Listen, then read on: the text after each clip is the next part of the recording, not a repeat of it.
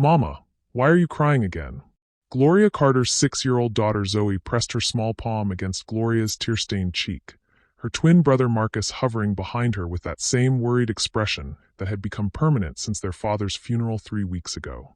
Gloria tried to wipe her face, but the eviction notice in her trembling hands made it impossible to pretend everything was okay. I'm not crying, baby. Mama's just thinking. But she was crying. Had been crying since the lawyer's phone call an hour ago, when Mr. Henderson's monotone voice delivered the final blow to her shattered world. Mrs. Carter, I've reviewed your late husband's will thoroughly. Your inheritance is listed as $5. I'm sorry, but that's all there is. $5. 22 years of marriage. 2 beautiful children. A lifetime of love, laughter, and dreams built together with Jerome.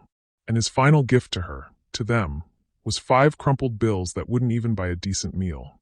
The twins didn't understand why Daddy wasn't coming home from his construction job ever again. They didn't understand why Grandma Carter had stopped returning Gloria's calls, or why Uncle Kevin had looked right through her at the funeral like she was invisible. They didn't understand that their modest apartment, the only home they'd ever known, would be gone in 7 days unless Gloria could somehow produce $1,800 she didn't have. All they understood was that their mama cried all the time now, and that scared them more than anything. Are we going to be okay, Mama?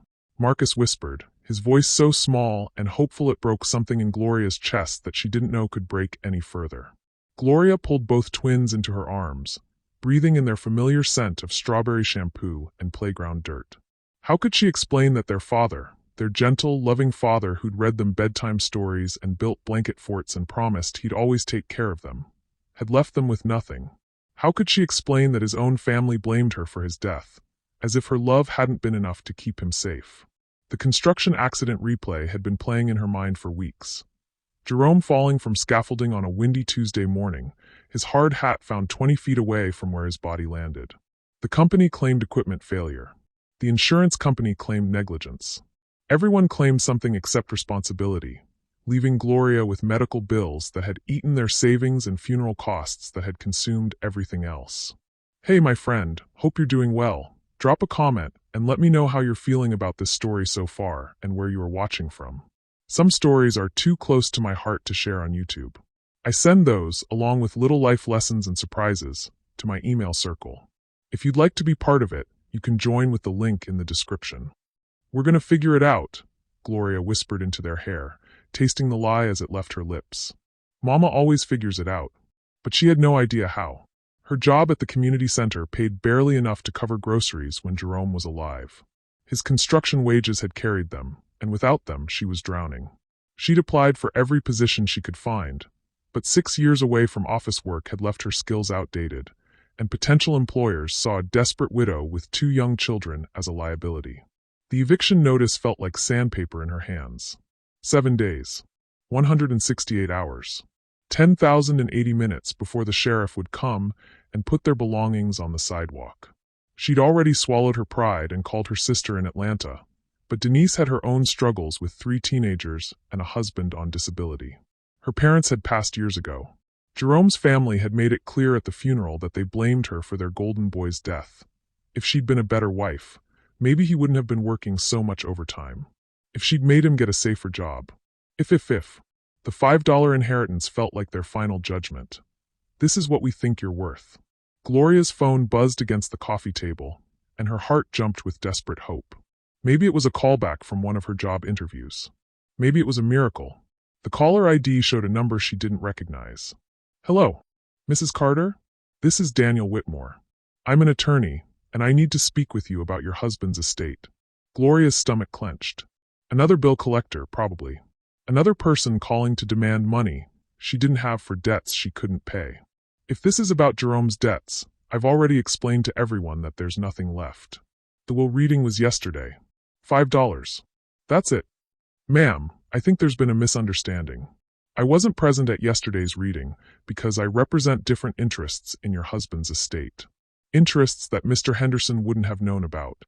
Something in the man's voice, calm but urgent, professional but oddly gentle, made Gloria sit up straighter. What kind of interests? The kind that require an immediate meeting. I'm actually outside your building right now. May I come up? Gloria's blood went cold. Who is this man, And how did he know where she lived? Every instinct screamed danger, but desperation made her hesitate. What if this was real? What if Jerome had somehow left them something more than humiliation and abandonment? I don't understand. Jerome never mentioned another lawyer. There's a great deal your husband never mentioned, Mrs. Carter. But I promise you, if you give me 10 minutes, everything will become clear. Through the window, Gloria could see a black sedan parked outside her apartment complex. A tall man in a dark coat stood beside it, phone pressed to his ear. Even from 4 stories up, there was something distinguished about him, something that suggested he was exactly who he claimed to be. Mama, who's on the phone? Zoe tugged at Gloria's shirt, and she realized she'd been silent for too long. I need to think about this. Mrs. Carter, I understand your caution, but your husband left specific instructions about timing. If I don't speak with you today, certain opportunities become complicated. Opportunities. The word hung in the air like a lifeline thrown to a drowning woman. Gloria looked at her children, really looked at them. Marcus had lost weight since Jerome's death, his little face gaunt with worry he shouldn't have to carry. Zoe had stopped asking when Daddy was coming home, but she'd started having nightmares every night, crawling into Gloria's bed and whispering, "Please don't leave me too," in her sleep. They deserved better than this. Better than watching their mother fall apart. Better than uncertainty and fear and eviction notices. 10 minutes, Gloria said. That's all. That's all I need. Apartment 4B, correct? I'll be right up. As she hung up, Gloria caught her reflection in the black phone screen. 3 weeks of grief had carved new lines around her eyes, and her hair, once her pride, hung limp and lifeless around her shoulders. She looked like a woman who'd given up, and maybe she had. But if there was even the smallest chance this stranger could offer her children something more than poverty and displacement, she had to try. The knock came exactly 2 minutes later. 3 firm, respectful raps that somehow conveyed both authority and patience. Gloria opened the door to find Daniel Whitmore exactly as she'd imagined, tall, probably mid-50s, with silver at his temples and eyes that seemed to see too much. His expensive suit was perfectly tailored, and his leather briefcase looked like it cost more than Gloria's rent. But it was his expression that caught her off guard. Not the pity she'd grown accustomed to, but something like understanding. Mrs. Carter, thank you for seeing me. His voice carried a slight southern accent, refined but warm. And you must be Marcus and Zoe. The twins had positioned themselves on either side of Gloria, instinctively protective. Marcus stepped slightly forward, his 6-year-old chest puffed out with manufactured bravery. Are you going to make us move? He asked with the brutal directness of childhood. Daniel's expression softened. No, son. I'm here to make sure you never have to worry about that again. Gloria's knees nearly buckled. What do you mean? May I sit down? What I have to tell you is going to take more than 10 minutes, and I suspect you'll want to be sitting when you hear it. Every maternal instinct told Gloria to slam the door and call the police.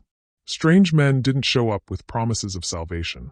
They showed up with dangers she couldn't afford to risk with her children's safety. But then she looked at the eviction notice still clutched in her hand, at her babies who'd learned to whisper so they wouldn't make Mama cry harder, at the empty refrigerator and the final notice from the electric company. Sometimes drowning people had to grab whatever rope appeared, even if they couldn't see where it led. Okay, she whispered. Tell me what my husband never did. Daniel Whitmore settled into Gloria's worn couch with the careful grace of someone accustomed to navigating delicate situations. He placed his briefcase on the coffee table beside the eviction notice, and Gloria watched his eyes flick over the document without surprise, as if he already knew exactly how desperate her situation had become. Before I explain why I'm here, I need to ask you something important, Daniel said, his voice gentler than Gloria expected. In all your years with Jerome, did he ever mention the name Beaumont? Gloria frowned, searching her memory. No. Should he have?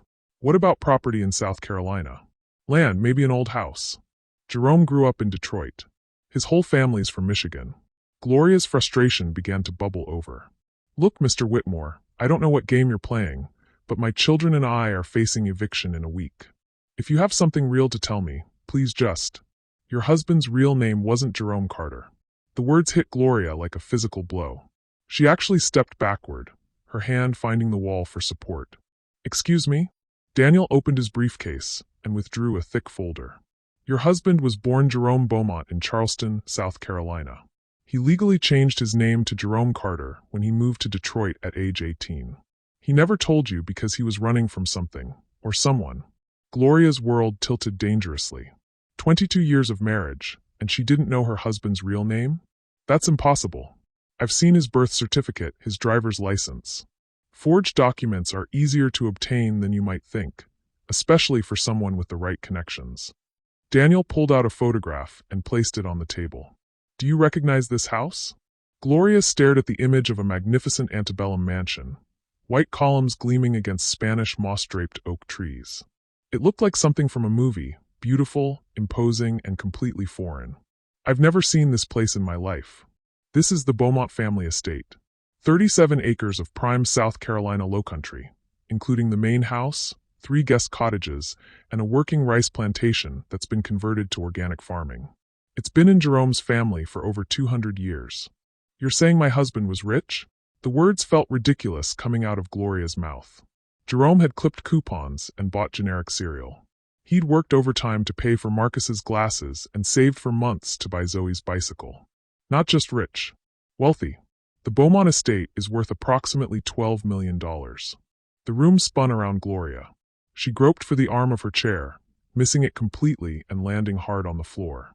Zoe rushed to her side immediately. Mama, are you okay? I'm fine, baby. Just tired. But she wasn't fine.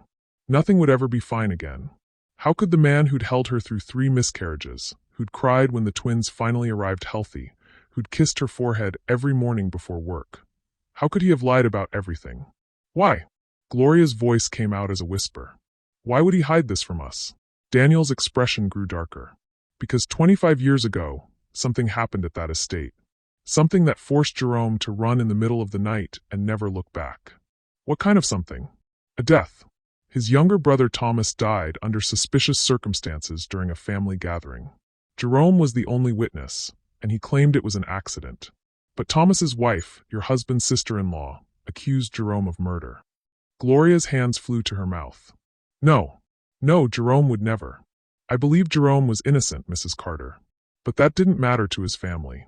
The Beaumonts closed ranks against him, threatened to press charges, and gave him an ultimatum: disappear forever or face prosecution for a crime he didn't commit.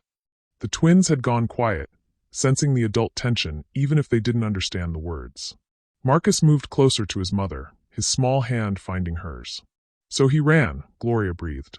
He gave up everything and became someone else. For you. For the chance at a normal life. For the family he knew he wanted to build. Daniel leaned forward, his voice intense with conviction. Jerome never stopped loving his old life, Mrs. Carter. But he chose you over it. Every single day for 22 years he chose you. Gloria wanted to feel comforted by that, but betrayal tasted too bitter on her tongue. He still lied to me. About his name, his family, where he came from. Our entire marriage was built on deception. Was it? Or was it built on love? Daniel reached into his folder again and pulled out a sealed envelope. Jerome left this for you, with specific instructions that it only be opened after his death, and only if his family tried to claim the estate. Gloria's hands shook as she took the envelope. Her name was written across the front in Jerome's familiar handwriting, and below it, 3 words that made her heart clench: my beloved truth. His family is trying to claim the estate? His older brother Maxwell is contesting the will.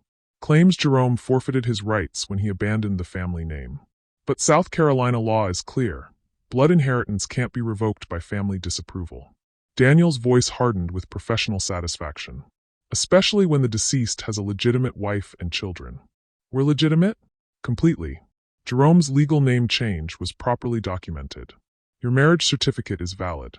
Marcus and Zoe are the rightful heirs to the Beaumont fortune. The envelope in Gloria's hands felt like it weighed 1,000 pounds. Inside was Jerome's voice, his final explanation for 22 years of lies. But did she want to hear it? Did she want to understand, or would understanding make the betrayal worse? There's more, Daniel said quietly. The $5 in Jerome's official will wasn't an insult, Mrs. Carter. It was a message. What kind of message? The Beaumont family crest features 5 stars. 5 points of light representing the original 5 brothers who founded the plantation. Your husband left you $5 as a signal, 1 for each star, 1 for each piece of the legacy he was passing to his children. Gloria stared at the crumpled bills she'd thrown on the table in disgust. They suddenly looked different, Not like charity, but like a key. A code only Jerome knew she would need to understand. "Why now?" she asked. "Why are you here now, after Jerome's been dead for 3 weeks?" Daniel's hesitation was almost imperceptible, but Gloria caught it. In that tiny pause, she glimpsed something that made her stomach drop. "Because Maxwell Beaumont filed his claim yesterday. If we don't respond within 72 hours, he'll win by default. And you just happened to find out about Jerome's death in time to stop it?" Another pause. "Longer this time. I've been monitoring Jerome's situation for years, Mrs. Carter. The Beaumont family hired me to find him a long time ago." The betrayal hit Gloria like ice water. "You work for them?" "I worked for them." Past tense. Daniel's voice carried weight, but Gloria was already standing, already backing toward her children. "Get out!" "Mrs. Carter, please let me explain." "I said get out." Gloria's voice cracked like a whip, and the twins jumped. Marcus immediately positioned himself between his mother and the stranger, his little fists clenched. Daniel stood slowly, his hands raised in surrender. "I understand your reaction. But if you don't listen to me, you'll lose everything Jerome died trying to preserve for you. Jerome died leaving me with $5 and 2 babies to raise. He died lying to me about his real name. And now you show up claiming to help while admitting you've been spying on us for years." Gloria's voice rose with each word, 22 years of trust crumbling in real time. 3 hours, Daniel said as he picked up his briefcase. "That's all I'm asking for. Let me drive you to South Carolina and show you what your husband was protecting you from. See the estate, meet the family, understand what he sacrificed. Then decide whether you want to fight for it or walk away. I'm not taking my children anywhere with a man I don't trust. Then come alone. I'll wait while you arrange childcare." Gloria almost laughed. "With what money? And who would I ask? Jerome's family hates me, and I don't have anyone else." Daniel reached into his jacket and pulled out a business card. "There's a woman named Sarah Martinez who runs the daycare center on 5th Street. She's expecting your call. Full daycare for Marcus and Zoe, no charge." "You already arranged childcare?" The presumption was staggering. "How long have you been planning this?" "Since the moment I heard about Jerome's accident." Daniel's voice dropped to barely above a whisper. "Mrs. Carter, I know you have no reason to trust me. I know this looks like manipulation. But your husband saved my life once, a long time ago. I owe him a debt I can never repay. Let me try to repay it to his family." He set the business card on the table and walked toward the door. With his hand on the knob, he turned back. "The Beaumonts aren't just fighting for money, Mrs. Carter. They're fighting to erase Jerome completely, to pretend he never existed, that his children don't exist. Is that what you want? For Marcus and Zoe to grow up never knowing their father had a legacy worth fighting for." The door closed behind him with a soft click, leaving Gloria alone with her children and a choice that would define the rest of their lives. Marcus tugged on her shirt. "Mama, who was that man?" Gloria stared at the business card on her table, at the envelope containing Jerome's final words, at the eviction notice that suddenly seemed like the least of her problems. "I don't know, baby," she whispered. "But I think he might be the only person who can tell us who your daddy really was." Outside, the black sedan waited. Gloria stared at Jerome's letter for 2 hours before opening it. The twins had fallen asleep on the couch, exhausted by emotions they couldn't name, and the apartment felt tomb-quiet except for the tick of the kitchen clock counting down their remaining time. When she finally tore open the envelope, Jerome's voice seemed to whisper from the pages. "My beloved Gloria, if you're reading this, then I'm gone and the life I tried so hard to protect is falling apart. I know you must hate me right now. I know the lies feel bigger than the love, and maybe they are. But let me tell you the truth I should have shared 23 years ago. I killed my brother." Gloria's hands flew to cover her mouth, but Jerome's words kept coming. "Not with my hands, but with my silence. Thomas discovered our family's secret, that the Beaumont fortune was built on something darker than slavery, something that still generated money long after the plantation became a museum. He wanted to expose it all. I was supposed to help him, but I was a coward. I chose family loyalty over justice, and that choice got him murdered. By the time I realized what I'd done, Thomas was dead, and I was being framed for his murder. The real killer made me an offer: disappear forever, or join my brother in the family cemetery. I took the coward's way out again and ran. I became Jerome Carter because Jerome Beaumont was a man I couldn't live with being. But then I met you, my love. Beautiful, fierce, real you. You made me want to be worthy of the name I'd chosen. You gave me Marcus and Zoe, and for the first time in my life, I had something pure to protect. I thought if I could just keep you separate from that poison, maybe I could finally do something right. I was wrong. The poison followed me anyway. It's in my blood now, literally. The accident at the construction site wasn't an accident, Gloria. They found me. And when you read this letter, it means they found you too. Daniel Whitmore is the only person I trust with our family's safety. Yes, he worked for them once, but so did I. Some betrayals are really just people choosing love over fear.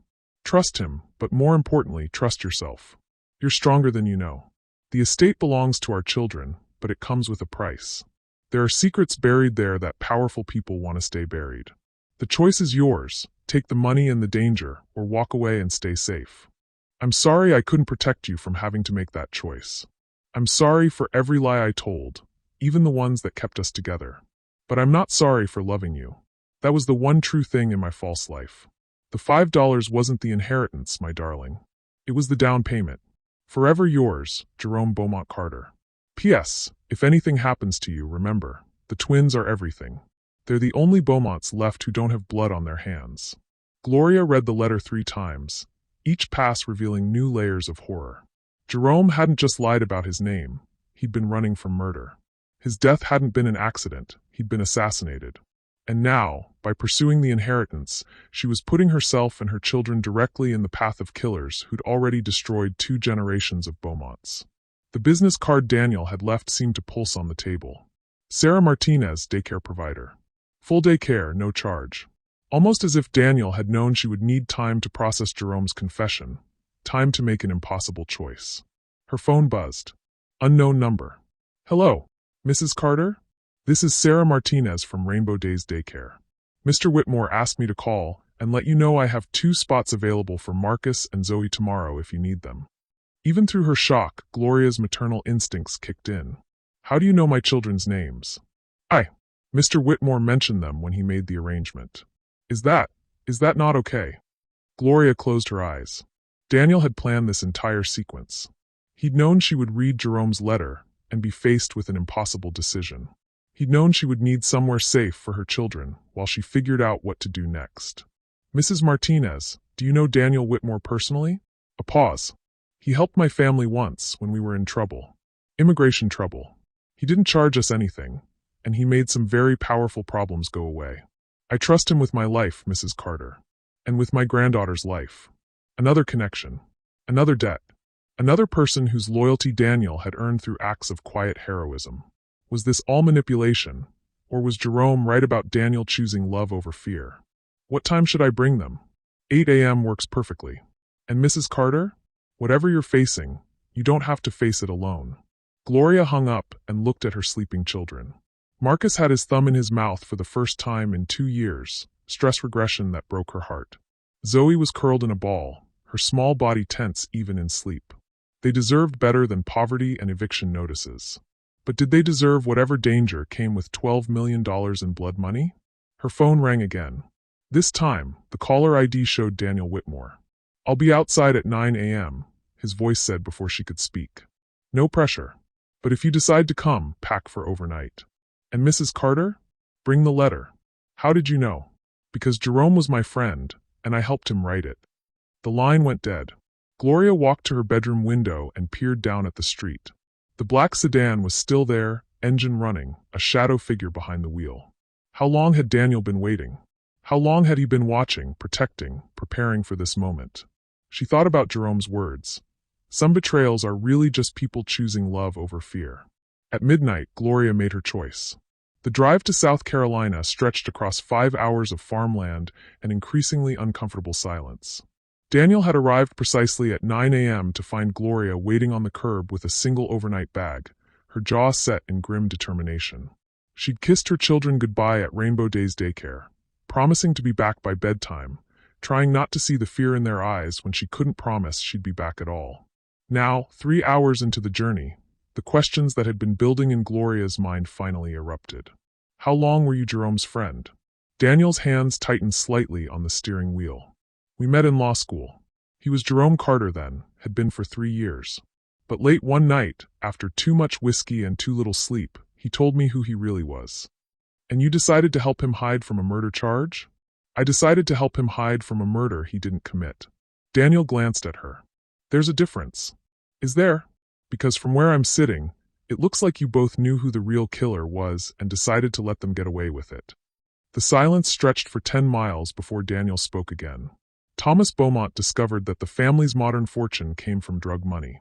Not historical slavery profits, contemporary drug trafficking. The estate was being used as a distribution hub for a cocaine operation that stretched from Colombia to Boston. Thomas wanted to go to the FBI. Gloria's stomach churned. So they killed him. Maxwell Beaumont ordered it. His own brother. And then he framed Jerome for the murder because Jerome knew too much and wasn't family enough to trust with the secret. Family enough? Daniel's voice carried old pain. Jerome was adopted, Mrs. Carter. Taken in by the Beaumonts when he was 12, after his parents died in a house fire. He spent 6 years thinking he belonged, thinking he was loved. The night Thomas died, Maxwell made it clear that blood mattered more than years of brotherhood. Another lie of omission. Jerome had never mentioned being adopted, never shared the story of losing his birth parents. How many more secrets would she discover in the ruins of their marriage? Why didn't you go to the police? With what evidence? Thomas's body had been staged to look like an accidental drowning. The family closed ranks. Jerome's word against theirs, and he was just the adopted son who'd always been jealous of Thomas's position as blood heir. Daniel's voice turned bitter. Maxwell played it perfectly. Make Jerome look like the jealous outsider who killed his brother for inheritance money. But you believed Jerome. I knew Jerome. He was many things, scared, damaged, sometimes weak, but he wasn't a killer. Maxwell was. I'd seen him hurt people before, seen him enjoy it. When Jerome ran, I helped him disappear completely. And then you spent 25 years spying on him for the same family that wanted him dead? Daniel pulled the car over to the side of the highway, so suddenly that Gloria gasped. He turned to face her, his eyes blazing with something between anger and desperation. I spent 25 years protecting him. Maxwell hired me to find Jerome, yes. But every lead I gave them was false. Every tip I provided sent them in the wrong direction. I've been feeding them lies for a quarter of a century to keep your husband alive. Then how did they find him? Because 6 months ago, Jerome contacted me. He'd been diagnosed with early-stage heart disease, and he was scared about what would happen to you and the children if something happened to him. He wanted to claim his inheritance legally, set up a trust for the twins' education. I told him it was too dangerous, that reaching out to any official channels would create a paper trail Maxwell could follow. Gloria's heart sank. But he did it anyway. He hired that local lawyer, Henderson, to research property records in South Carolina. Henderson wasn't careful about covering his digital tracks. Maxwell's people picked up the search within 48 hours. And they killed him for it. They sabotaged his safety equipment. Made it look like an accident, just like they did with Thomas. But this time they made one mistake. What mistake? Daniel reached into his jacket and pulled out a small digital recorder. Jerome knew they were coming. He recorded everything. His conversations with Maxwell, their threats, even the phone call where Maxwell admitted to Thomas's murder. Your husband spent his last 2 weeks gathering evidence to protect you. Gloria stared at the device. Such a small thing to hold such enormous power. That recording could prove Jerome's innocence. It could send Maxwell to prison for both murders.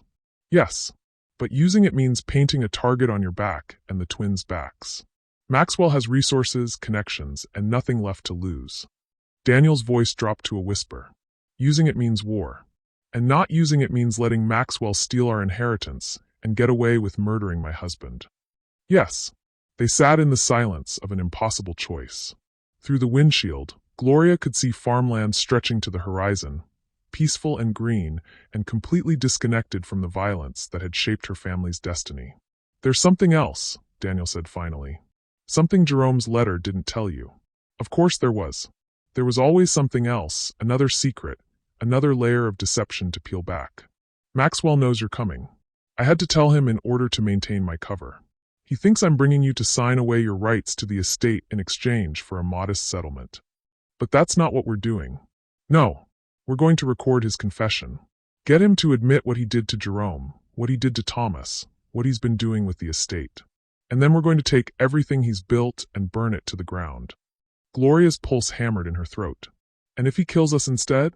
Then your children grow up believing their parents died in a car accident, and Maxwell Beaumont continues to get away with murder. Daniel started the engine again, and they pulled back onto the highway.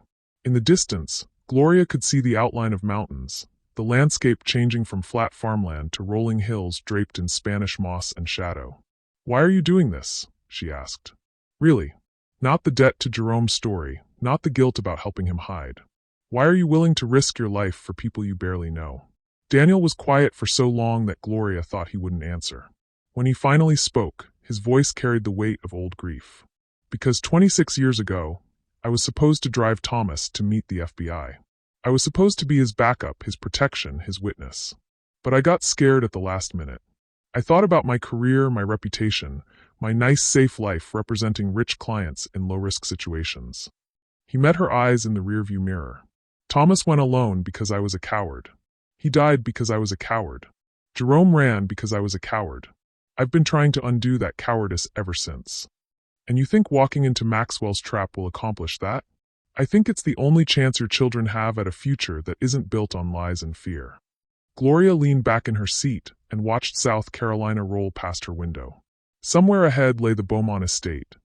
$12 million worth of blood-soaked legacy, a family of killers, and answers that might save her children or destroy them completely. For the first time since Jerome's death, she felt something other than grief and desperation. She felt the strange, terrible clarity of having nothing left to lose. "Daniel." "Yes. If we're going to war, I want to know everything. Every secret, every lie, every connection you haven't told me yet. Because if I'm putting my children's lives on the line, I'm going to do it with my eyes wide open." Daniel nodded grimly. "Fair enough. But some of those secrets are going to make you wish Jerome had never met me at all. Maybe. But they're also going to help me understand why he trusted you with our lives." The mountains loomed larger ahead, and with them, the reckoning that had been 25 years in the making. The Beaumont estate rose from the South Carolina lowcountry like a monument to old sins. As Daniel's sedan wound through the wrought iron gates and up the moss-draped drive, Gloria felt the weight of generations pressing down on her chest. The mansion was even more imposing in person. 3 stories of pristine white columns and wraparound verandas, surrounded by gardens that probably cost more to maintain than most people earned in a year. But it was the people waiting on the front steps that made Gloria's blood run cold. Maxwell Beaumont looked exactly like Jerome, or rather, like Jerome would have looked if he'd lived a life of privilege instead of construction work and coupon clipping. Tall, broad-shouldered, with silver threading through dark hair, and the kind of confident bearing that came from never having to worry about rent money. Behind him stood a woman with steel-gray hair pulled into a severe bun, and beside her, a younger man who could only be Maxwell's son. "That's Eleanor Beaumont," Daniel murmured as they parked. "Maxwell's mother. The family matriarch. And that's David, Maxwell's boy. He's about your age, runs the day-to-day operations now."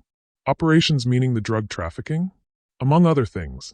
As they climbed the steps, Maxwell's smile was warm and welcoming, the practiced charm of a man accustomed to getting what he wanted through persuasion before resorting to violence. "Gloria," he said, taking her hands in both of his. "I'm so sorry for your loss. Jerome he was very special to our family." The lie slid off his tongue like honey.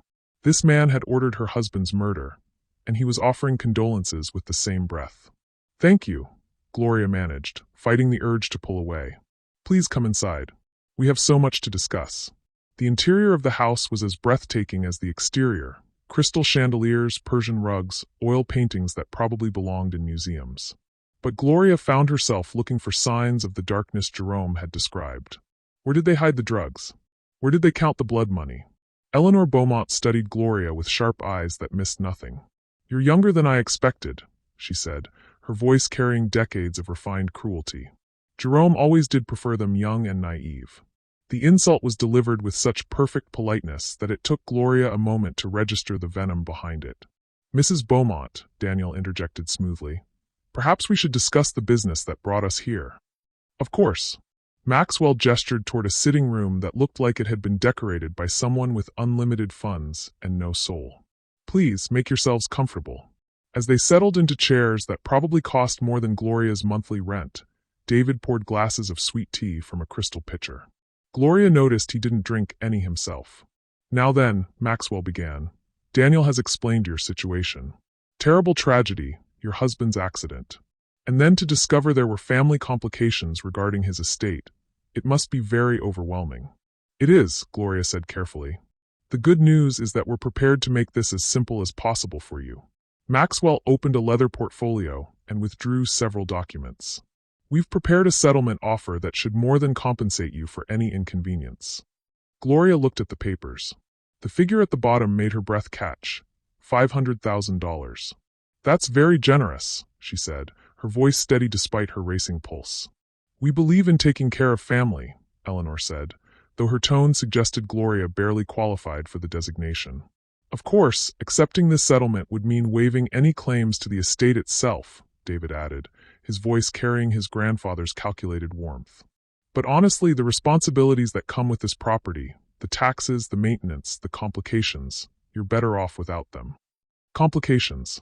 Such a delicate word for drug trafficking and murder. What kind of complications? Gloria asked. The three Beaumonts exchanged glances so quickly she almost missed it. Almost. Historical complications, Maxwell said smoothly. You know how these old plantation properties can be. Lots of paperwork, historical society restrictions, that sort of thing. Another lie. Gloria could feel Daniel tense beside her, and she realized this was the moment they'd been building toward. The moment when the mask would slip, when the Beaumonts would reveal exactly what they were protecting. I'd like to see the property before I make any decisions, Gloria said. Jerome never told me much about his family home. I think I owe it to Marcus and Zoe to understand what they're inheriting. The temperature in the room dropped 10 degrees. I'm not sure that's wise, Eleanor said, her voice sharp as cut glass. Some parts of the estate are unsafe for visitors. Unsafe how? Old buildings, structural concerns, David said quickly. Insurance liability, you understand. Gloria stood up, and every instinct told her she was making a catastrophic mistake. But Jerome's letter had been clear. The twins were the only Beaumonts left without blood on their hands. If she was going to fight for their inheritance, she needed to understand exactly what she was fighting for. I'd still like to see it. Maxwell's smile never wavered, but something predatory flickered behind his eyes. Of course. Daniel, perhaps you'd be kind enough to give Gloria the tour while we prepare the final paperwork. As they left the main house, Daniel's hand found Gloria's elbow, his grip tight with warning. They walked in silence across manicured grounds toward a cluster of buildings that had clearly once been slave quarters and were now converted to something else. This is where it happens, Daniel murmured as they approached the first building. The distribution center. They've got it set up to look like a historical preservation workshop, but... The words died in his throat as the building door swung open and a man stepped out. A man Gloria recognized, despite never having seen him before. He had Jerome's face, but harder. Meaner. Like someone had taken her husband's gentle features and twisted them into something cruel. Hello, Daniel, the man said, his voice carrying Jerome's accent but none of his warmth. Been a while. Daniel went very still beside her. Thomas. Surprise. Gloria's world tilted violently. But you're dead. You've been dead for 25 years. Thomas Beaumont smiled, and it was Jerome's smile corrupted by decades of violence. Reports of my death were greatly exaggerated. Though not entirely inaccurate, Thomas Beaumont did die that night. What you're looking at now is something different. The FBI Witness Protection Program, Daniel breathed, understanding flooding his voice. You made a deal. I made the smart choice. Turn state's evidence against the family drug operation. Fake my death. Start over with a new identity and a percentage of the profits. Thomas stepped closer, and Gloria could see the scars on his face. Surgical modifications that had changed his bone structure just enough to make him unrecognizable. Poor Jerome never understood that sometimes the only way to beat the family is to become worse than they are. You let him run, Gloria whispered. You let him live in hiding for 25 years, believing he was a coward who'd abandoned his murdered brother. I let him live, period. Maxwell wanted him dead that night. I convinced him that a live coward in hiding was less dangerous than a dead martyr who might inspire questions. Thomas's expression softened slightly, and for a moment, Gloria glimpsed the brother Jerome had loved. I saved his life, Gloria. The only way I could. By destroying it. By giving him you. Thomas's voice carried genuine emotion now. Do you think it was an accident that Jerome ended up in Detroit? That he found work with a construction company owned by one of my old FBI contacts? That he met a beautiful teacher at exactly the right community center at exactly the right time. The world shifted again, and Gloria felt something fundamental crack inside her chest. You arranged our meeting. I arranged his chance at happiness. What he did with it was up to him. Daniel's voice was deadly quiet. And now Jerome's dead because he got careless. Because he decided to reach out for his inheritance instead of staying safely hidden. Thomas looked directly at Gloria. And now his widow is standing on Beaumont property with his children's lawyer, asking questions that could get them all killed. Are you threatening us? I'm warning you. Thomas stepped closer, and Gloria could smell cigarettes and aftershave that was almost but not quite like Jerome's. Maxwell doesn't know I'm alive. He thinks his baby brother died a hero, trying to expose the family business. If he finds out I'm here, if he realizes I've been working with the FBI for 25 years, collecting evidence, building cases, he'll kill everyone who ever knew Jerome existed, including 2 6-year-old children in Detroit. Gloria's knees nearly buckled. Marcus and Zoe are perfectly safe as long as you sign Maxwell's settlement papers and disappear back to your normal life. But if you push this, if you try to claim the inheritance or expose the family secrets. Thomas shrugged. Well, you've seen what happens to Beaumonts who threaten the family business. So we just let Maxwell get away with murder? You let your children grow up alive. Thomas's voice carried the weight of 25 years of impossible choices. Sometimes that's the only victory we get. Behind them, voices carried across the lawn. Maxwell, Eleanor, and David were walking toward them, their body language casual but their eyes alert with suspicion. Decide now, Thomas said urgently. Sign the papers, take the money, go home to your kids. Or watch everything Jerome died trying to protect get destroyed in the crossfire. As the other Beaumonts approached, Thomas melted back into the shadows of the building as smoothly as if he'd never been there at all. Gloria was left standing with Daniel, her mind reeling from revelations that changed everything she thought she knew about her life, her marriage, and the choice she had to make. Gloria? Maxwell called out cheerfully. How are you finding the tour? She turned to face the man who'd ordered her husband's murder, the woman who'd raised killers, and the son who'd inherited a legacy of violence. Behind them lay the main house with its crystal and Persian rugs. Around them stretched the grounds where generations of Beaumonts had built their fortune on suffering. And somewhere in the shadows, Thomas waited to see whether she would choose justice or survival. Illuminating, she said. Back in the main house, Gloria sat across from Maxwell Beaumont and tried to process the impossible truth. The brother Jerome had mourned for 25 years was alive, working with the FBI, and had orchestrated her entire relationship with her husband. Her love story, their meet cute at the community center, Jerome's patient courtship, the way he'd seemed to understand exactly what she needed. It had all been managed by a dead man playing puppet master from the shadows. You seem distracted, dear, Eleanor observed, her sharp eyes missing nothing.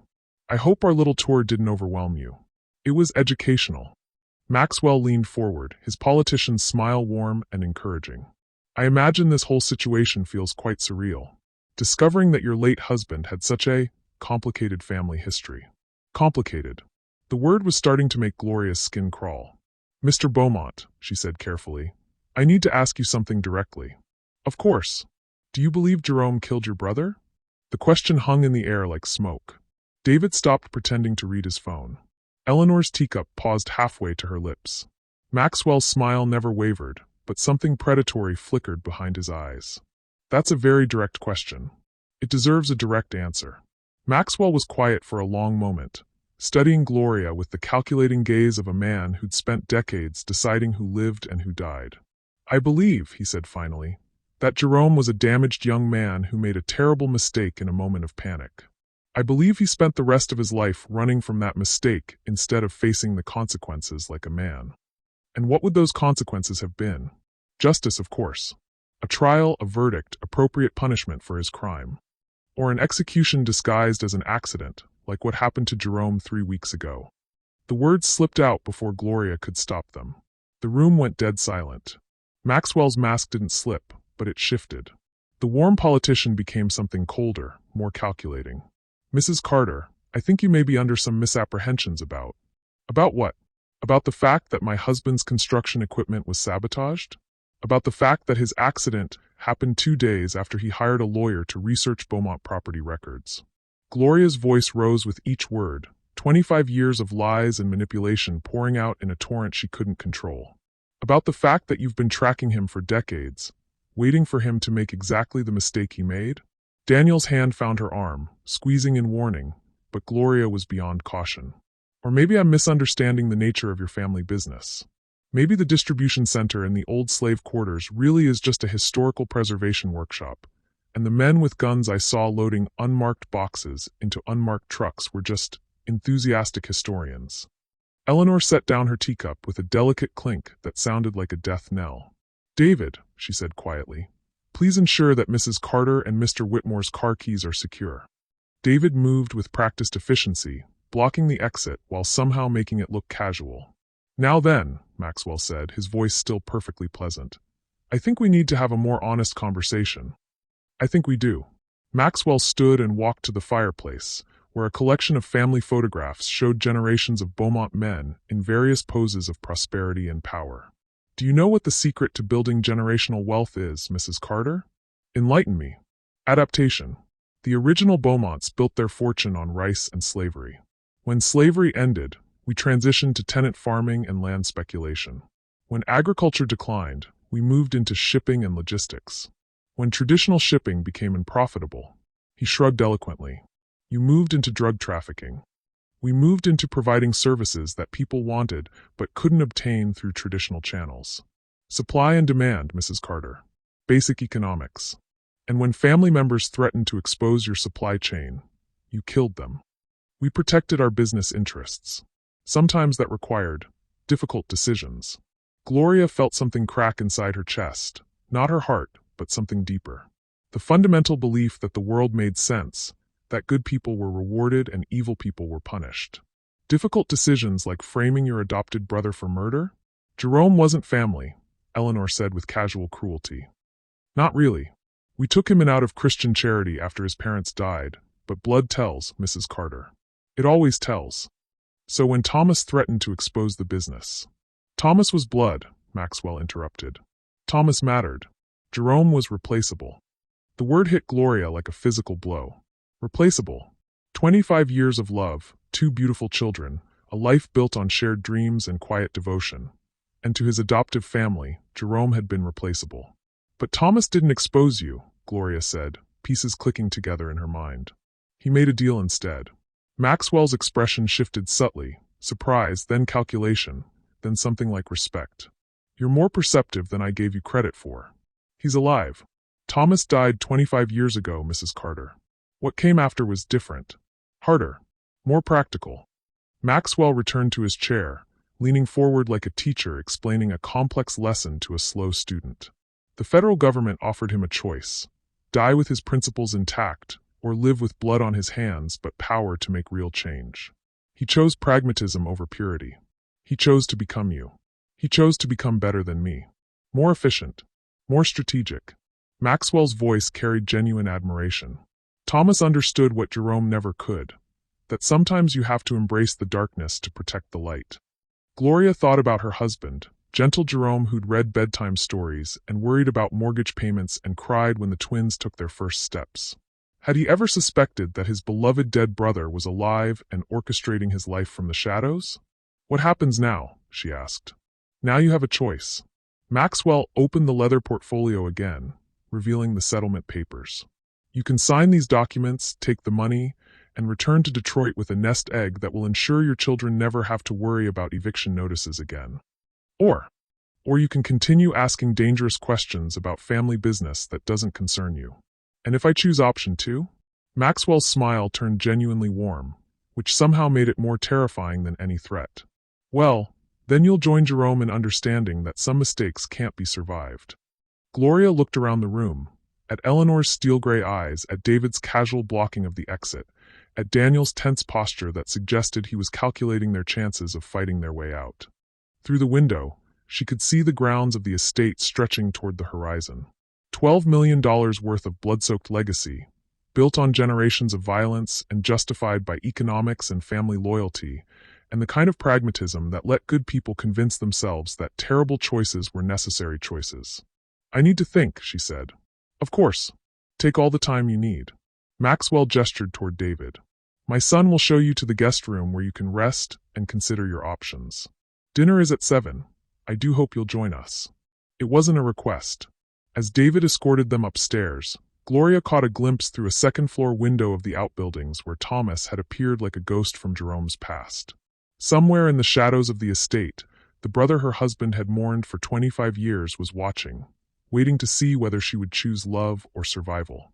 The guest room was beautiful and comfortable, and felt exactly like a luxurious prison cell. The windows looked out over gardens that probably hid mass graves. The crystal water glasses on the nightstand could have been filled with poison. "We need to get out of here," Gloria whispered as soon as David's footsteps faded down the hallway. "I know," Daniel replied, but his voice carried the weight of someone who'd run the calculations and found them wanting. "The problem is that leaving now means abandoning any chance of justice for Jerome, and staying means putting your children at risk. There has to be a third option." "There is. But you're not going to like it." Gloria met his eyes and saw the same grim determination she felt building in her own chest. "Tell me." "We give Thomas what he wants. We help him bring down Maxwell and the family business.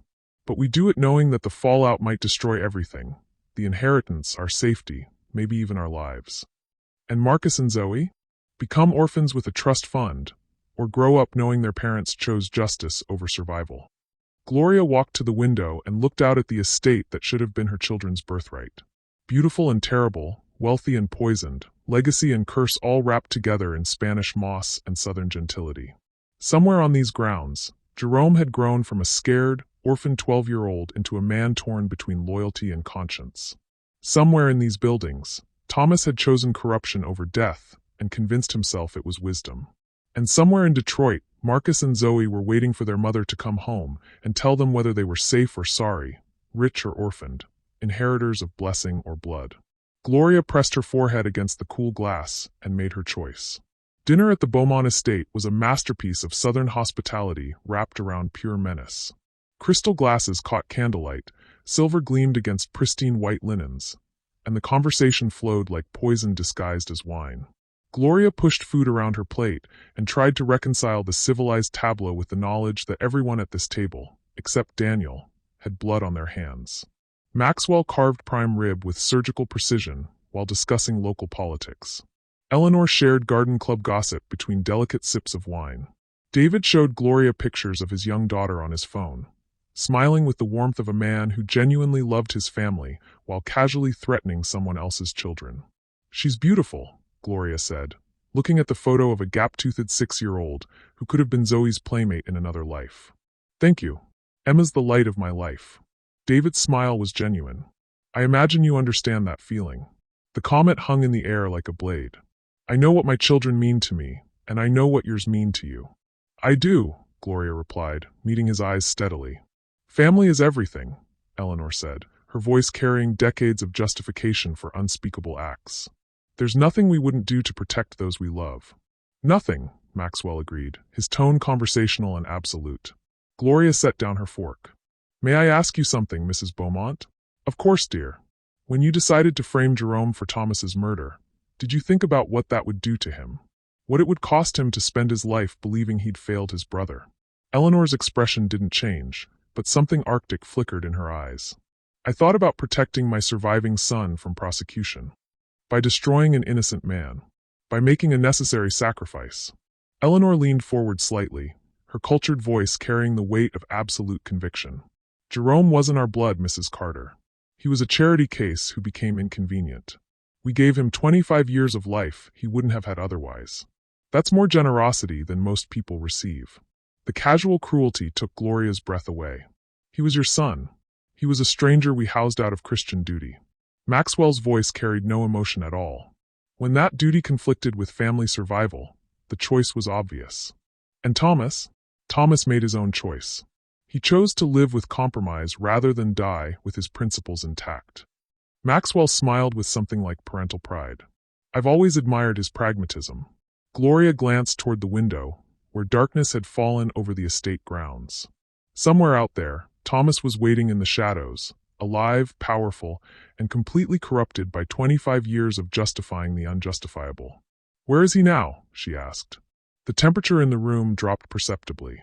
"I'm sorry," Maxwell's voice remained pleasant, but his eyes went flat and dangerous. Thomas, your pragmatic brother. Where is he now? David's hand moved subtly toward his jacket, and Gloria realized she'd just crossed a line that couldn't be uncrossed. Mrs. Carter, Eleanor said softly, I'm afraid you're confused. Thomas died 25 years ago. We have the death certificate. Do you? Or do you have a very convincing forgery created by federal agents who needed a dead witness to stay dead? The silence stretched like a taut wire. Gloria could hear her own heartbeat, could feel Daniel's tension radiating from beside her, could see the moment when Maxwell Beaumont stopped pretending to be civilized. That's an interesting theory, he said finally. It's not a theory. I met him this afternoon at the distribution center. He told me about the FBI deal, about the new identity, about how he's been working undercover for 25 years collecting evidence against his own family. Maxwell's wine glass shattered in his hand. Blood welled between his fingers, but his voice remained perfectly calm. David, please ensure our guests don't leave the dining room. David drew a pistol with casual efficiency, holding it low but unmistakably present. Now then, Maxwell continued, wrapping his bleeding hand in a linen napkin, why don't you tell me exactly what my dead brother said to you? Gloria's mouth went dry. She'd played her last card, and now she had to hope it was enough to win a game she didn't fully understand. He said you've been running drugs through this estate for 30 years. He said he's been documenting everything, shipments, routes, buyers, the bodies you've buried to keep it quiet. He said he has enough evidence to put 3 generations of Beaumonts in federal prison for the rest of their lives. And what did he want in return for this documentation? For me to walk away. Sign your settlement, take the money, disappear back to Detroit, and pretend none of this ever happened. Maxwell studied her with the calculating gaze of a predator, deciding whether his prey was worth the effort to kill. But you're not going to do that. No, I'm not. Why not? You could take $500,000, raise your children in comfort, and never have to worry about eviction notices again. Why choose righteousness over security? Gloria thought about Marcus and Zoe, asleep in their daycare beds, trusting that their mother would come home and make everything okay. She thought about Jerome, gentle and damaged and trying so hard to build something clean from the wreckage of his childhood. She thought about Thomas, choosing corruption over death, and spending 25 years telling himself it was wisdom. Because Jerome didn't raise cowards, she said. The words seemed to echo in the candlelit room. Eleanor's face went white. David's gun hand trembled slightly. Maxwell stared at Gloria with something that might have been respect if it hadn't been so cold. Jerome raised a widow with 2 small children who needs to think very carefully about the consequences of her choices, he said softly. Is that a threat? It's a reality. You're sitting in my home, surrounded by my security, with no way to contact the outside world and no guarantee that anyone knows where you are. Your children are 300 miles away, completely dependent on the goodwill of strangers. If something were to happen to you, a tragic car accident on the drive home, perhaps, who would care for Marcus and Zoe? Gloria's vision grayed at the edges. You wouldn't. I wouldn't want to. Children are innocents, and I'm not a monster. But accidents happen, Mrs. Carter. Especially to people who make dangerous choices. The room felt like it was closing in. Gloria could hear her own breathing, shallow and rapid, could feel panic building in her chest like a trapped bird. However, Maxwell continued, there is another option. What option? Join the family. Not by marriage, you're hardly suitable, but by adoption. Like Jerome was all those years ago. Maxwell's smile was gentle and terrifying. Sign a different set of papers. Become a Beaumont. Accept that sometimes good people have to make terrible choices to protect what they love. You want me to work for you. I want you to work for your children's future. There's a difference. Maxwell leaned back in his chair, suddenly looking like a benevolent patriarch offering guidance to a wayward relative. The Beaumont fortune isn't going anywhere, Mrs. Carter. The business will continue with or without your cooperation. But your children could grow up as part of something larger than themselves. They could have the best education money can buy, travel the world, never want for anything. All they have to do is ignore how the money was made. All they have to do is live. Eleanor's voice was sharp as broken glass. Which is more than you can guarantee them if you continue down this path. Gloria looked around the table, at 3 generations of Beaumonts who'd convinced themselves that love justified any atrocity, that family loyalty superseded moral law, that survival was worth any price. And then she thought about Jerome's letter, The twins are the only Beaumonts left who don't have blood on their hands. No, she said quietly. No. No, I won't sign your papers. No, I won't join your family. And no, I won't let you corrupt my children the way you corrupted Jerome. Maxwell nodded slowly, as if she'd confirmed something he'd already suspected. David, please call our friends in Detroit. Tell them there's been a change of plans regarding the Carter children. Wait. The voice came from the doorway, where Thomas Beaumont stepped into the candlelight like a ghost materializing from shadow. Thomas looked exactly like Jerome would have at 55. If Jerome had lived a life of violence and moral compromise instead of construction work and bedtime stories. The surgical alterations that had hidden his identity were subtle but effective. A slightly different nose, cheekbones that sat higher, scars that suggested a harder life than the one he'd actually lived. But his eyes were Jerome's eyes, and when he looked at Gloria, she saw the brother her husband had mourned for 25 years. "Hello, Maxwell," Thomas said, his voice carrying casual authority that made everyone in the room shift subtly in their chairs. "Thomas." Maxwell's surprise was quickly masked by calculation. "I thought you were in Charleston, handling the shipping arrangements." "I was. But then I heard you were entertaining Jerome's widow, and I thought I should pay my respects." Thomas moved into the room with predatory grace, his attention focused entirely on Gloria. "Mrs. Carter. We meet again." "We do. I trust you've been enjoying the famous Beaumont hospitality." Gloria gestured toward David's pistol, still held casually but unmistakably ready. "It's been memorable." Thomas's smile was Jerome's smile twisted by decades of moral compromise. "My nephew has always been enthusiastic about family security." "David, you can put that away." "Uncle Thomas, I don't think." "I said put it away." David holstered the weapon immediately. Whatever hierarchy existed in the Beaumont family, Thomas clearly outranked everyone else at the table. "Now then," Thomas continued, settling into an empty chair with casual elegance, "I understand there's been some confusion about Mrs. Carter's intentions." "She knows you're alive," Eleanor said, her voice tight with controlled panic. "She knows about the FBI arrangement." "Does she? How unfortunate." Thomas poured himself a glass of wine with steady hands. "I suppose that complicates things." "She's threatening to expose the family business," Maxwell added. "Is she? Well, we can't have that." Thomas sipped his wine and studied Gloria with the calculating gaze of a man who'd spent decades weighing lives against profit margins. "Tell me, Mrs. Carter, what exactly do you want?" "Justice for my husband." "Justice is a luxury for people who can afford it." Jerome understood that, eventually. "Jerome never stopped believing you were dead. He never stopped mourning you. He named our son Marcus Thomas Carter after you. Did you know that?" Something flickered across Thomas's face, surprise, perhaps, or a memory of the man he'd been before compromise became his religion. "Marcus Thomas," he repeated softly, "after his beloved dead brother. The brother he thought he'd failed." Gloria leaned forward, her voice carrying 25 years of accumulated grief. "Every year on the anniversary of your supposed death, Jerome would disappear for hours. He'd come home drunk and crying, talking about how he should have been stronger, should have stood with you, should have saved you somehow. He was stronger than he knew. He was broken by guilt he didn't deserve. Guilt you could have ended with a single phone call, a single letter, anything to let him know he wasn't a coward and a failure." Thomas's wine glass stopped halfway to his lips. "It wasn't safe." "For who? For you or for him?" "For everyone.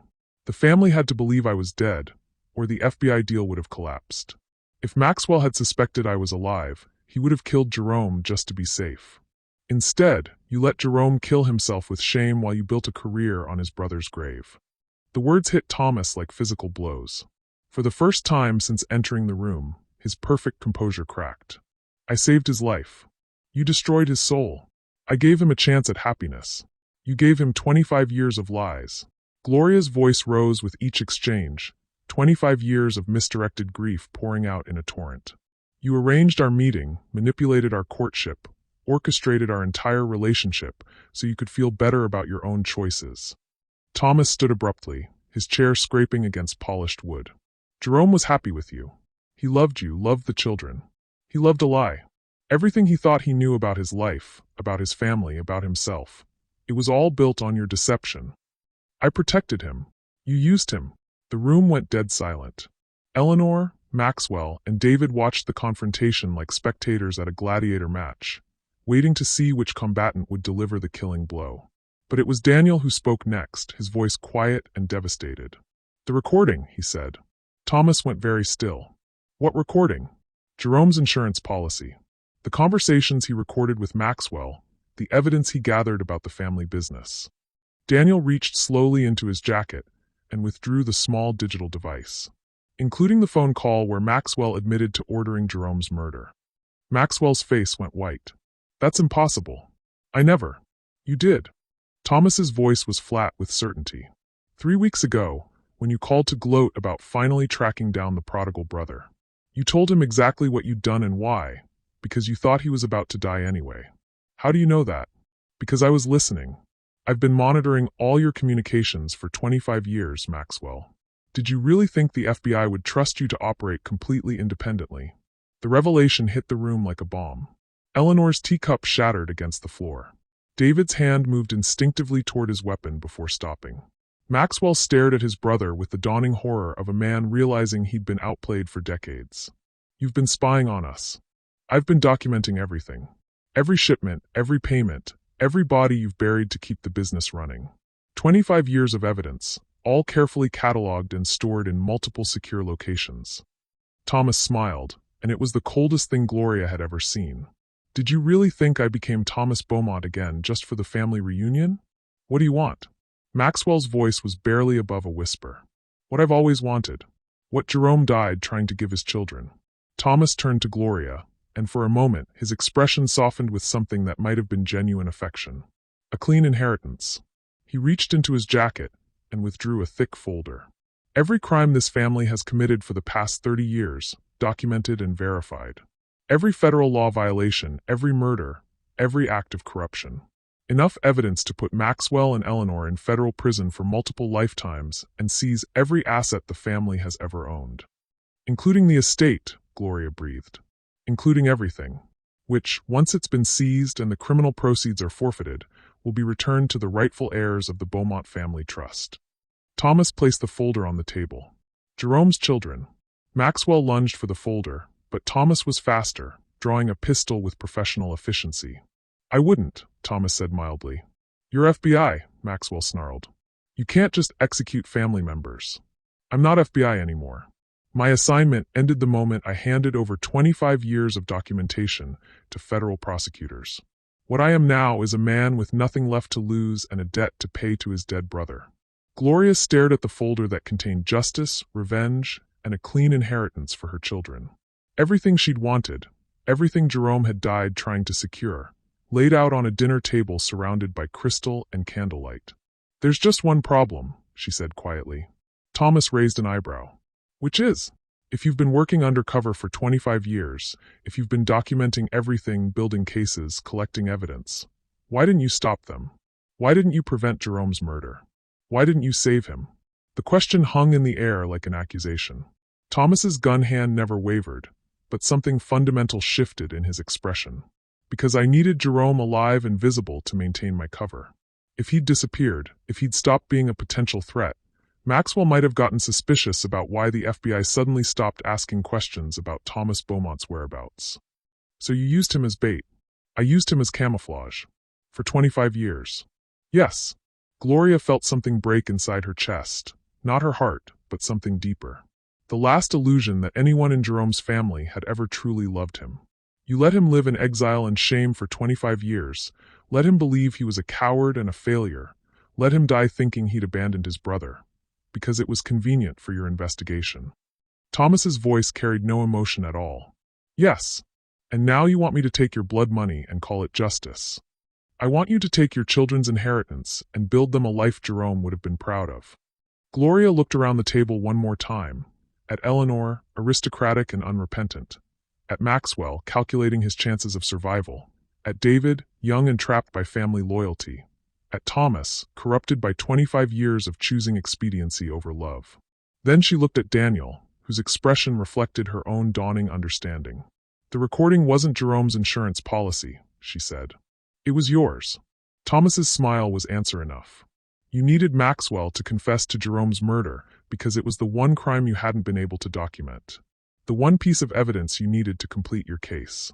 Gloria's voice carried the weight of absolute certainty.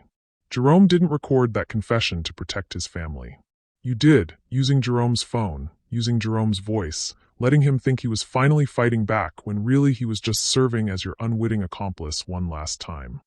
Jerome wanted justice for Thomas, Thomas said quietly. I gave him the chance to get it. You gave him the chance to die thinking he was finally doing something right, when really you were just using him to spring your trap. Thomas holstered his weapon and picked up the folder. The how matters less than the outcome, Mrs. Carter. Maxwell will spend the rest of his life in federal prison. The drug operation will be shut down permanently. Your children will inherit a clean fortune worth more than $12 million. Jerome's death will have meaning. Jerome's death already had meaning. He died trying to provide for his family. That was enough. Was it? When your children grow up, when they ask about their father's legacy, will you tell them he died poor and forgotten, or will you tell them he died taking down a criminal empire? Gloria stood slowly, her legs shaky but her voice steady. I'll tell them he died loving them more than anything else in the world. That's the only legacy that matters. She walked toward the door, and Thomas didn't try to stop her. You're making a mistake, Mrs. Carter. This is your only chance at real justice. Gloria turned back one final time, looking at the man who wore her husband's face but had never carried his heart. Justice isn't getting revenge on the people who hurt us, Thomas. Justice is making sure our children never have to carry the poison we inherited. And how do you plan to do that with no money, no support, and 2 children to raise alone?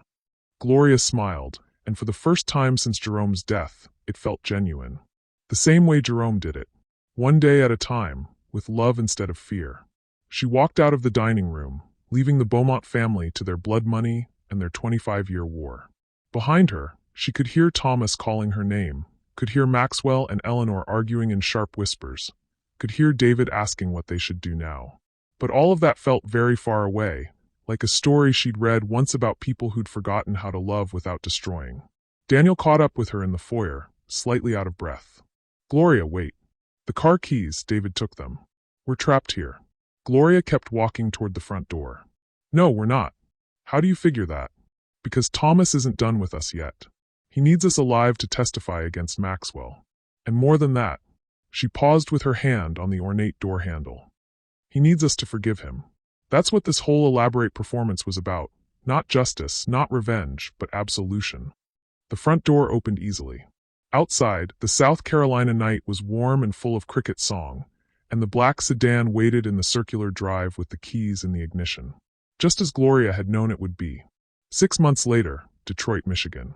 The tiny apartment that had once felt like a prison cell now felt like home again. Gloria Carter stood at the kitchen window, watching Marcus and Zoe play in the courtyard below while their dinner simmered on the stove. 6 months had passed since she'd walked away from $12 million and the poisoned legacy of the Beaumont estate, and she'd never once regretted her choice. The eviction notice that had terrified her so completely was now framed on her bedroom wall. Not as a trophy, but as a reminder. A reminder that desperation could make people do terrible things, but it could also reveal who they truly were when everything else was stripped away. The settlement from Jerome's wrongful death lawsuit had been modest. Enough to cover their debts and put a small down payment on a house in a better neighborhood, but nothing close to generational wealth. The construction company's insurance had finally paid out after Daniel presented evidence of the sabotage, though they'd settled quietly to avoid the scandal of admitting they'd been infiltrated by organized crime. Daniel had become a frequent visitor, helping Gloria navigate the legal complexities of starting over while rebuilding his own practice around cases that actually mattered. He'd lost several high-paying clients when word spread about his involvement in the Beaumont investigation, but he'd gained something more valuable: the ability to sleep peacefully at night. The twins were thriving in ways that still surprised Gloria. Marcus had stopped having nightmares about his father disappearing, and Zoe had started asking questions about family history that Gloria could finally answer honestly. They knew their father had been a good man who'd made difficult choices to protect them. They knew their Uncle Thomas was alive, but broken by the same choices that had driven their father into exile. They knew their inheritance wasn't money, but the knowledge that love was stronger than fear. And they knew their mother had chosen them over everything else in the world. The knock on the door came at precisely 6 o'clock, just as it had every Tuesday evening for the past 3 months. Gloria opened it to find Sarah Martinez holding a casserole dish and wearing the gentle smile that had become as familiar as family. "How are my favorite twins doing?" Sarah asked, setting the dish on the counter and immediately checking the stove like the grandmother she'd become to them. "Growing like weeds and eating me out of house and home," Gloria replied, accepting the hug that came with every visit. Sarah had become more than just the daycare provider who'd helped Gloria through the worst day of her life. She'd become the family they'd never had, the mother figure Gloria had lost years ago, the grandmother Marcus and Zoe had never known. When Gloria had tried to pay her for those crucial hours of childcare during the South Carolina trip, Sarah had refused the money and asked for something more valuable: the chance to be part of their lives going forward. "Any word from Mr. Whitmore about the trial?"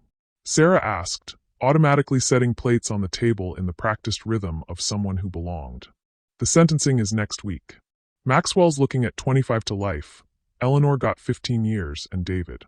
Gloria's voice trailed off. "David got 10 years and a chance for parole if he testifies against his father's business associates." It had been the most complex federal racketeering case in South Carolina history. Thomas's 25 years of documentation had provided prosecutors with an unprecedented view into the operations of a multi-generational criminal enterprise. The Beaumont estate had been seized, the drug operation dismantled, and dozens of connected criminals arrested across 3 states. But justice, Gloria had learned, was more complicated than simply putting bad people in prison. "And Thomas? Still in witness protection, as far as I know. Daniel says he'll probably get immunity in exchange for his continued cooperation, but he'll never be able to use his real name again." Gloria stirred the pasta sauce with more force than necessary. "Part of me thinks that's punishment enough. Spending the rest of his life being nobody, having no real connections, no family who knows who he really is. Do you think you'll ever forgive him?" It was a question Sarah asked periodically, not pushing but offering space for Gloria to process the complex emotions that came with learning your entire love story had been orchestrated by a man playing God with other people's lives. "I'm working on it.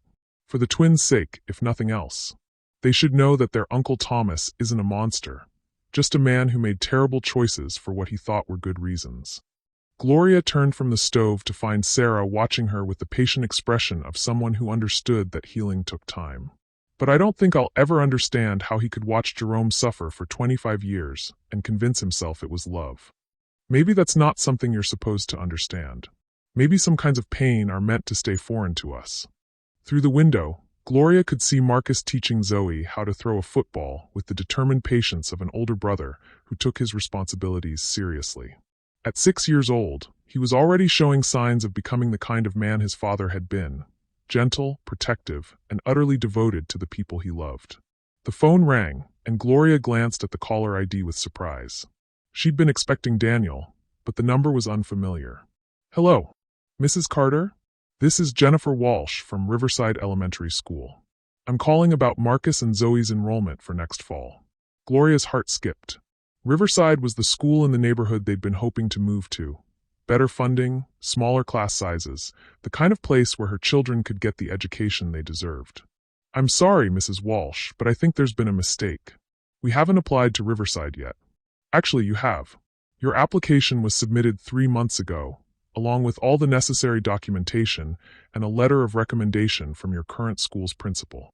Papers rustled in the background. "I'm calling because both Marcus and Zoe have been accepted for the fall semester, and we wanted to schedule a meeting to discuss their transition." Gloria sank into a kitchen chair, her mind racing. "Who submitted the application?" "It shows here that it was submitted by Daniel Whitmore, listed as your family's attorney." "Is that not correct?" "Daniel. Of course. Somehow, between managing the wrongful death settlement and helping her navigate the legal aftermath of the Beaumont investigation, he'd also been working behind the scenes to secure her children's future." "Mrs. Carter? Are you still there?" "Yes, sorry. Yes, that's correct. Mr. Whitmore is our attorney." "Wonderful. Would next Thursday at 2 o'clock work for you?" After hanging up, Gloria stared at the phone in her hands. The move to the better neighborhood had been a dream she'd filed away as someday, maybe, if we ever have enough money. The idea that it was actually happening, that her children would attend the school she'd driven past countless times while imagining impossible futures, felt surreal. Sarah appeared at her elbow with a cup of tea and the knowing look of someone who'd heard enough of the conversation to understand. "Good news. The best news. Marcus and Zoe got into Riverside Elementary. The school you've been dreaming about since they were toddlers? The very one. Gloria accepted the tea gratefully. Daniel submitted their applications without telling me. That man has been busy. First the house hunting, now this. House hunting. Gloria nearly spilled her tea. What house hunting?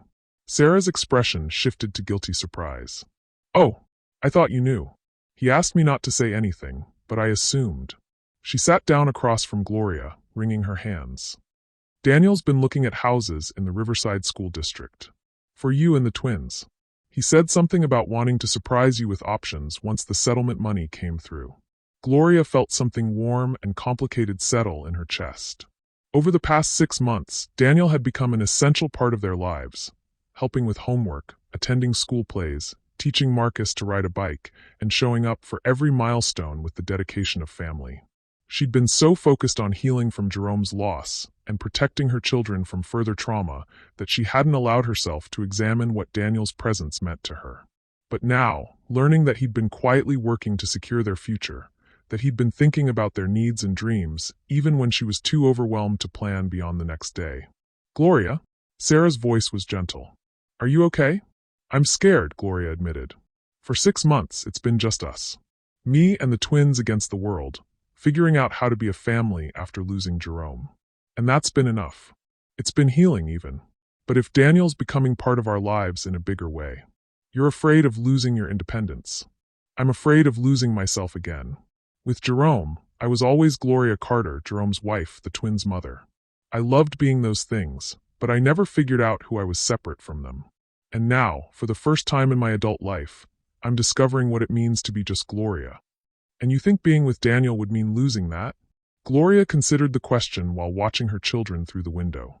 Marcus had given up on teaching Zoe football technique and had moved on to simply running around the courtyard with her, both of them laughing with the pure joy that came so easily to children who felt safe and loved. I think Daniel sees me, she said finally. Not as someone to be taken care of or protected, but as someone capable of making my own choices, even when those choices are difficult. Especially when those choices are difficult. That sounds like the foundation of something beautiful. It does, doesn't it? Gloria smiled, feeling lighter than she had in months. But I'm still scared. Good scared or bad scared? Good scared. The kind of scared that comes with opening your heart to new possibilities. The front door opened with the particular bang that meant her children had returned from their outdoor adventures, full of energy and stories and demands for dinner. Marcus appeared in the kitchen doorway with grass stains on his knees and Zoe's hair ribbon in his hand. Mama, Zoe lost her ribbon again, and Mrs. Martinez, did you know that if you throw a football really hard it can go over the fence into Mr. Peterson's yard? And he said we could have it back, but we have to promise not to break his flowers. And also I think Zoe needs a bath because she fell in the dirt pile. I did not fall, Zoe protested, appearing behind her brother with evidence to the contrary streaked across her shirt. I was digging for treasure. Did you find any? Sarah asked with the seriousness that made her such a favorite with children. Not yet, but Marcus said if we keep looking we might find buried coins or maybe even diamonds. Your father used to say the same thing, Gloria said, pulling both children into a hug that smelled like grass and sunshine and childhood.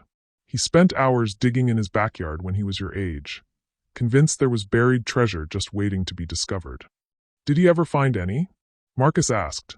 Gloria looked at her son's eager face, at Zoe's wide eyes full of possibility, at Sarah's gentle smile of encouragement, and felt the truth settle in her heart like a warm stone.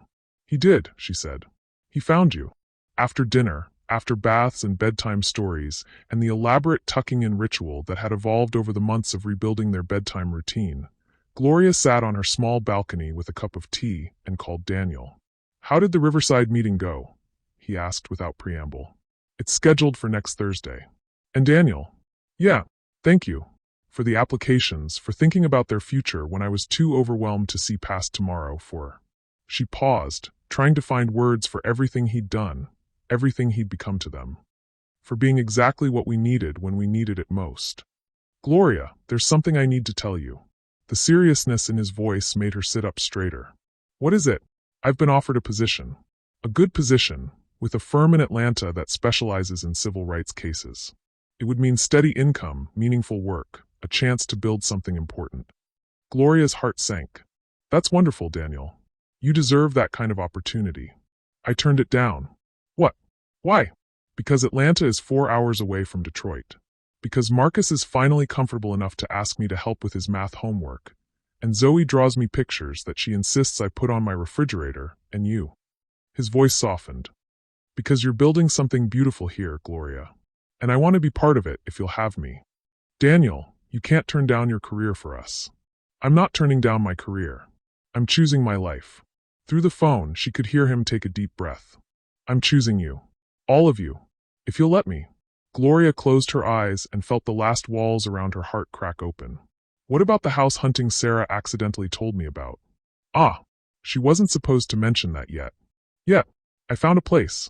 It's perfect, 4 bedrooms, big backyard, walking distance to Riverside Elementary. It needs some work, but it has good bones and room to grow. He paused. Room for all of us to grow, if that's something you might want someday. Daniel, I'm not asking you to decide tonight. I'm not asking you to decide next month. I'm just asking you to keep your heart open to the possibility that maybe there's room in your new life for someone who loves you exactly as you are. Through her balcony window, Gloria could see the twins' bedroom, where night lights cast gentle shadows on walls covered with their artwork and photos of their father. Jerome's presence was still there, woven into the fabric of their daily life, but no longer as a ghost haunting their future. He existed now as foundation, the love that had made them strong enough to open their hearts again. There's something you should know, she said quietly. What's that? I love you too. The silence on the other end of the line was filled with joy, so pure she could feel it through the phone. Gloria? Yes. Would you like to see the house? This weekend, maybe? The kids could run around the backyard, see if it feels like home. Gloria looked out over the neighborhood where she'd learned to be strong, where she'd discovered who she was when everything else was stripped away, where she'd chosen love over fear and found that love was always the right choice. Yes, she said. I'd love to see it.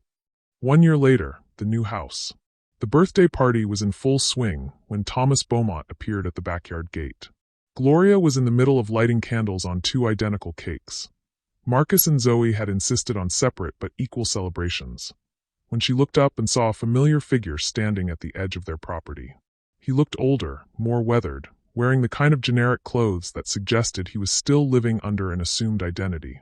But his eyes were the same as Jerome's, and when he saw the children laughing with their friends on the swing set Daniel had built last spring, his expression carried a grief so profound it made Gloria's chest ache. She handed the lighter to Daniel and walked across the lawn to the gate. Hello, Thomas. Gloria. You look. He gestured vaguely, taking in the sight of her in jeans and a birthday party t-shirt, surrounded by the chaos of 7-year-olds and suburban domesticity. You look happy. I am. Good. That's good. He glanced toward the children, and his voice dropped to barely above a whisper. They look like him. Marcus has his eyes. Zoe has his stubbornness. And his heart, I hope. Gloria studied the man who wore her husband's face, but had never shared his moral courage. A year of therapy and healing had given her perspective on Thomas's choices, but it hadn't made them any less tragic. What are you doing here, Thomas? I wanted to see them. Just once. I know I don't have the right, but I thought. He pulled an envelope from his jacket. I wrote them letters. 1 for each birthday, from when they were born until they turn 18. I wanted them to know about their father when he was young, before everything went wrong. Stories Jerome would have told them himself if he'd had the chance. Gloria accepted the envelope, feeling its weight. Are you dying? No, but I'm disappearing. New identity, new location, new life. This is the last chance I'll ever have to be Thomas Beaumont, even for a few minutes. They don't know who you are. I know, and maybe that's better. Maybe it's better for them to remember their Uncle Thomas as someone their father loved, rather than someone who failed him. Across the yard, Marcus scored a goal in the impromptu soccer game and looked over at his mother with the grin that was pure Jerome. When he saw the stranger at the gate, his expression shifted to polite curiosity. Who's that, Mama?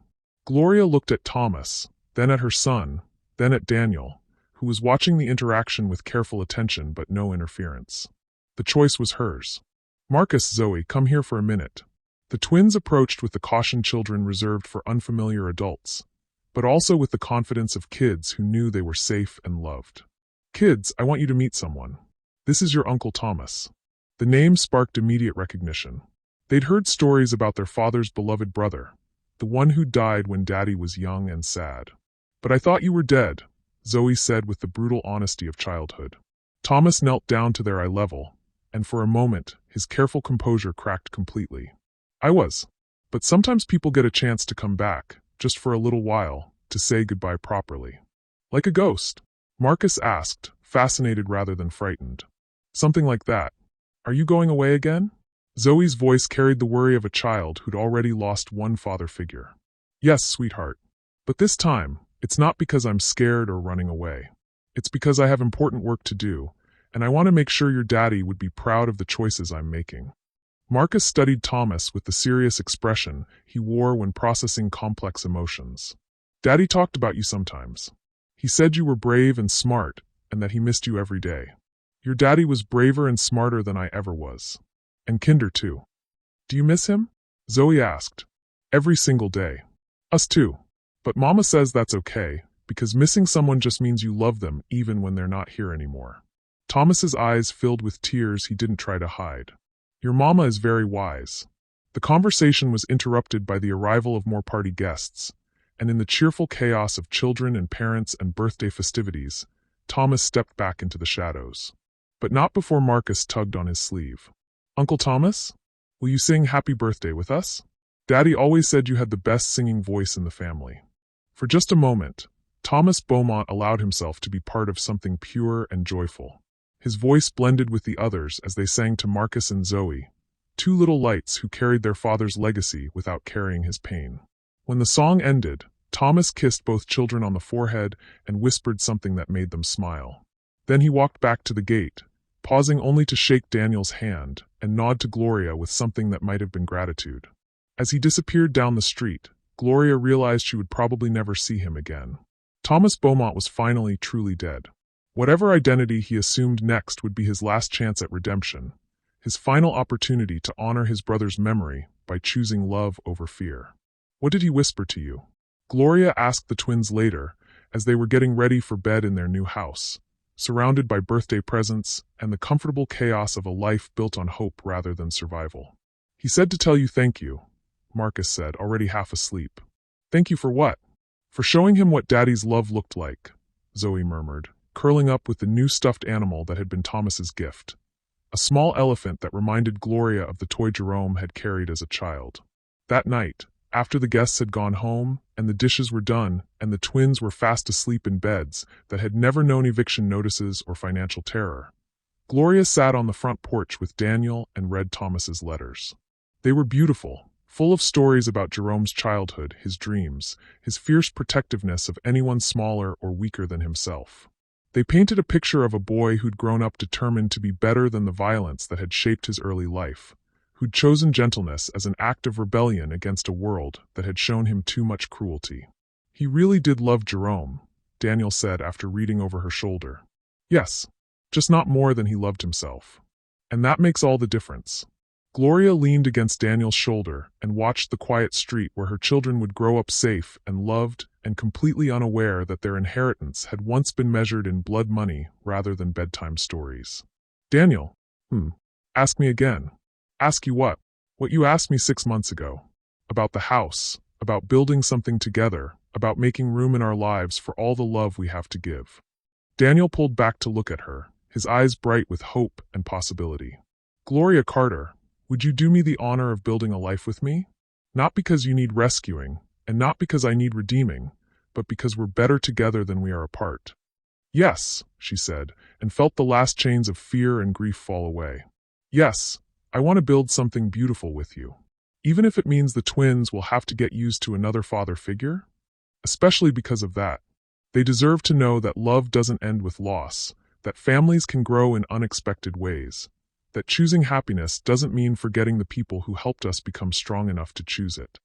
Later that night, Gloria found the old eviction notice she'd kept framed in her bedroom and took it down. In its place, she hung a photo from the birthday party.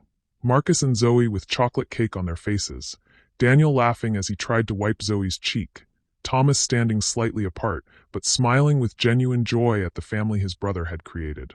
It wasn't the life Jerome had planned for them. It wasn't the inheritance anyone could have predicted. But it was theirs, built on the foundation of love he'd given them and strengthened by the choices Gloria had made to protect that love from anyone who would poison it with fear. The $5 inheritance had been a key, after all. Not to money or property or revenge, but to the understanding that the most valuable things in life couldn't be stolen, corrupted, or destroyed by people who confused power with worth. As she turned off the lights and headed to bed, to the room she shared with Daniel, in the house they'd chosen together, in the neighborhood where their children would grow up believing that love always won in the end, Gloria whispered a prayer of gratitude for Jerome's final gift. He'd taught her that sometimes the greatest inheritance wasn't what you received, but what you chose to leave behind. And what they were leaving behind, for Marcus and Zoe, for the community they'd become part of, for everyone whose lives they would touch in the years to come, was the unshakable knowledge that love was always worth fighting for, that family was always worth protecting, and that the truest wealth was measured in moments of joy shared with people who would choose you again and again, no matter what the world tried to take away. Outside, the South Carolina stars shone down on a new family built from the ashes of old pain, and somewhere in the distance, a train whistle sang a lullaby of new beginnings and second chances and the endless, unbreakable power of choosing hope over fear. The inheritance was complete. What did this story teach you about the difference between wealth and richness, between inheritance and legacy? Sometimes the smallest gifts, $5, a bedtime story, a choice to love instead of fear, become the greatest treasures of all. Drop your thoughts in the comments below and subscribe for more stories that will change how you see the world, one heartbeat at a time.